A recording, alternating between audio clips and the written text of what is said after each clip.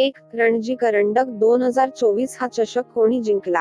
मुंबई या संघाने जिंकला. 2 केंद्रीय मंत्री अमित शहा यांनी अलीकडेच कोणत्या न्या ॲपचे उद्घाटन केले?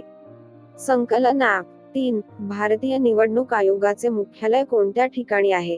दिल्ली या ठिकाणी आहे. 4 महिला धोरण राबवणारे भारतातील पहिले राज्य कोणते? महाराष्ट्र हे पहिले राज्य आहे. 5 मध उत्पादन करणारे मराठवाड्यातील पहिले गाव कोणते?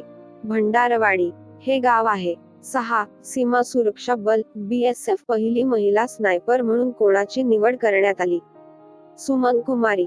7 भारतीय निवडणूक आयोगाची राष्ट्रीय दिव्यांग आदर्श व्यक्तिमत्व नॅशनल आयकॉन म्हणून कोणाला घोषित करण्यात आलेले आहे?